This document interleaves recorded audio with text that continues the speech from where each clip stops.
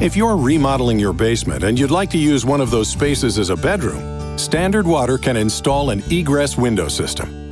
These window systems add light, ventilation, and code-compliant emergency egress to basements.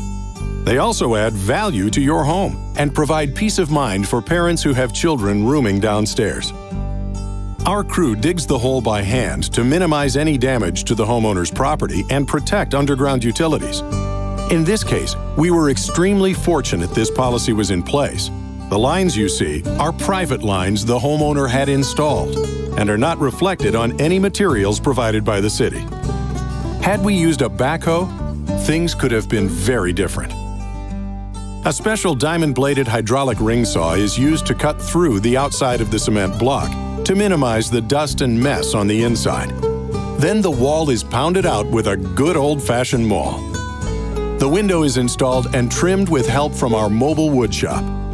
We install a stepped window well made of structural plastic that won't rust, rot, or be eaten by bugs.